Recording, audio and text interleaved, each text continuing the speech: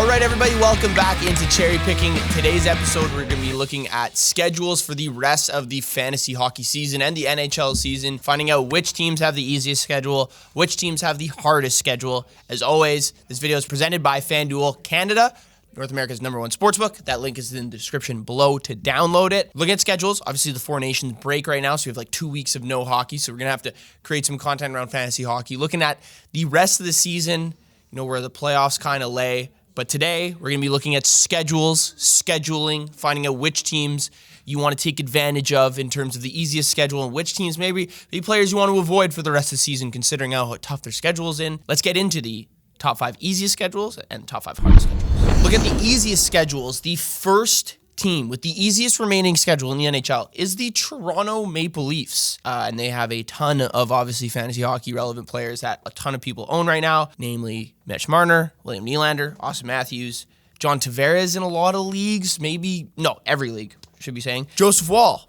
What do you do with Joseph Woll at this point? I would say maybe you try to trade him now that Stolarz is back. You might not have a ton of ammo at this point, considering people know that. But if you want to go that route, I think they're just going to split time at this point. Like, why wouldn't they? So I think we're going to see, I think I would stay pat on Woll or try to trade him for something if you want to. Matthew Knies is interesting because he's 50% rostered, so he's like right on the cusp of being maybe available in some of those 10 to 12-man leagues. Everything above that, I don't know if I'd necessarily consider him available with 14 to 16, 18-man leagues. But yeah, Matthew Knies is obviously having a really good season, especially as of late. If he continues to play on that top line, he continues to be fantasy relevant. Anywhere else in that Leafs lineup, though, I would question it a little bit. And then you're looking at Bobby McMahon. I know they have an easy schedule, but again, totally depends on where he's playing in the lineup. If he's on the first line, if he's on the second line, anything other than that, and maybe playing on, he won't really get any power play reps. And then the last two guys I would kind of look at would probably be Oliver Ekman-Larsson and Morgan Rielly. Over the past 2 to 3 weeks, I'd say they've flip-flopped a little bit in terms of who's starting on the first power play. Ekman-Larsson has certainly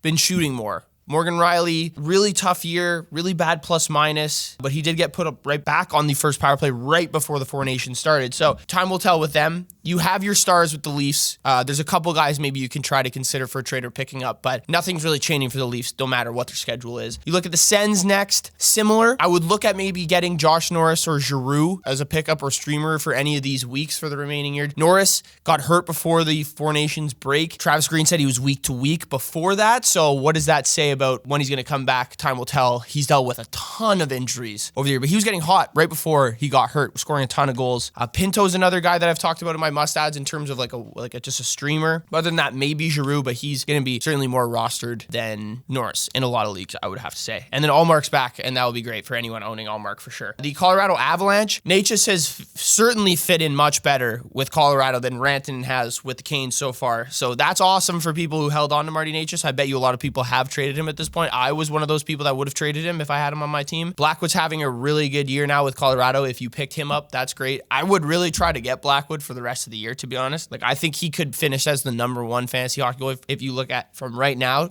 until the end of the season. I think he has the opportunity to do that. Lehkonen, always good to get now. I think with Rantanen gone, it gives Lehkonen more opportunity to score, more opportunity to, just opportunities of shooting the puck, playing on Nathan McKinnon's line, playing on that first power play. A lot of those opportunities were always given to Mikko Rantanen. Necas is a different kind of player. He's more of an assist guy than a goal scorer.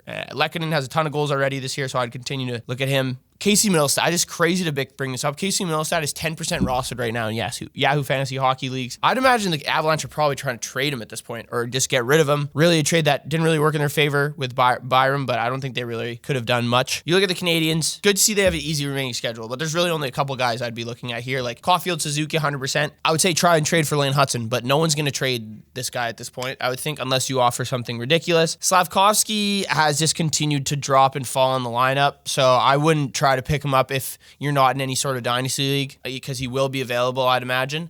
He's just have a really big sophomore slump compared to what we saw at the end of last year. Was one of the better scorers in the last 30 games, 25 games, and now has just been, no matter where he's been put in the lineup, St. Louis hasn't really found anywhere for him to jive. And then Matheson as well is always a good streamer in bigger leagues, or smaller leagues, 10 to 12-man leagues as a defenseman. He's available in 2 of my 10 or 12-man leagues that I'm in, which is crazy, I think. So yeah, though that would be the kind of justifications there on the Canadians. And then the Capitals have the 5th easiest remaining schedule, and they have a ton of players that are just just like Protoss is a guy that continues, I think, to be overvalued, but he continues to score and put up points. So he's someone that you could look at streaming or maybe, keeping your eye on for the rest of the season because he won't cost too much. McMichael's role in the lineup has dwindled for sure since the beginning of the year. He's shooting a lot less, I've realized too, now playing with Pierre-Luc Dubois and Protoss. They're both shooting way more than him. Chychrun has had a very good season, more than John Carlson too. He has more points than John Carlson in terms of fantasy points right now, which is, I thought, relatively surprising, but still, all these guys,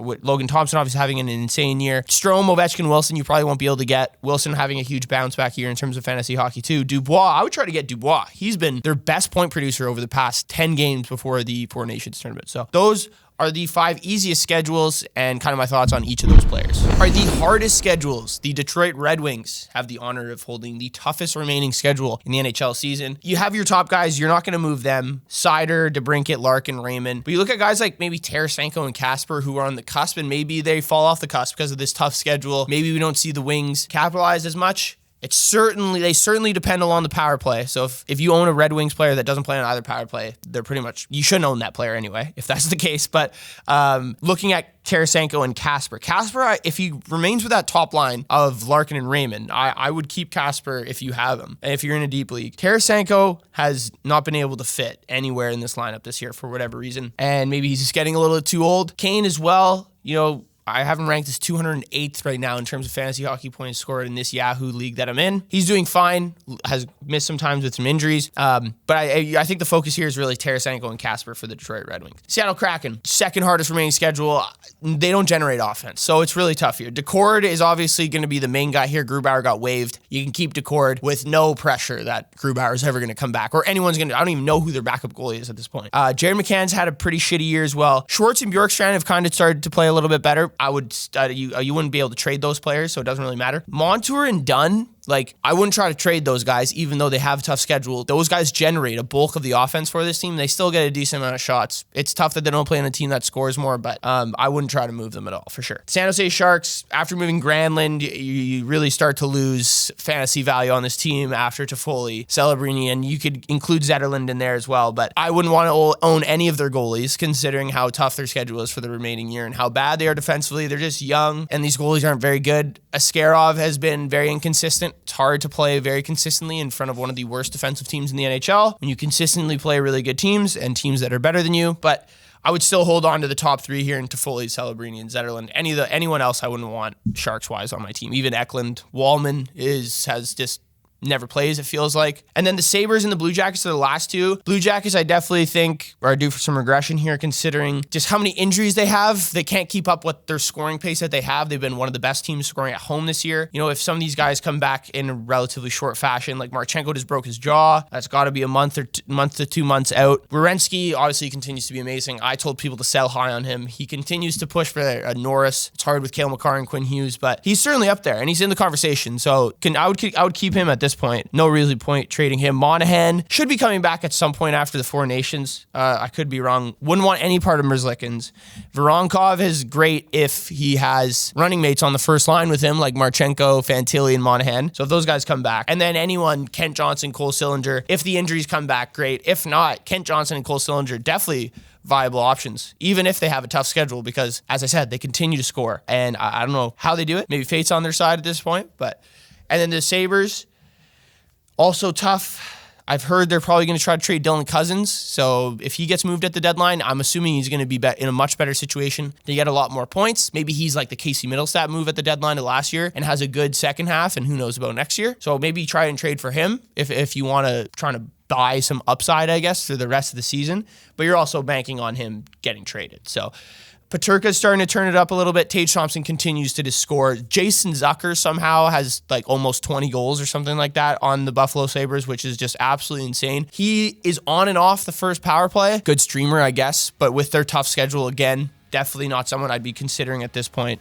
And then other than Dahlin, I would maybe look at Bowen Byram and Owen Power if Dahlin gets hurt again. Owen Power was great when Dahlin got hurt in terms of points production, and even a little bit more recently as well. But with Dahlin in the picture, it's too hard to really say those guys are very rosterable on a consistent basis unless you're in a 16-man league or more. So that's kind of how I view the bottom 5 in terms of toughest schedules remaining for the season. All right, thank you guys for tuning in. Let me know what you thought of the hardest and easiest schedules for the remainder of the NHL season. Be sure to like, comment, and subscribe. Shout out to FanDuel Canada for sponsoring the video, and I'll see you guys next time.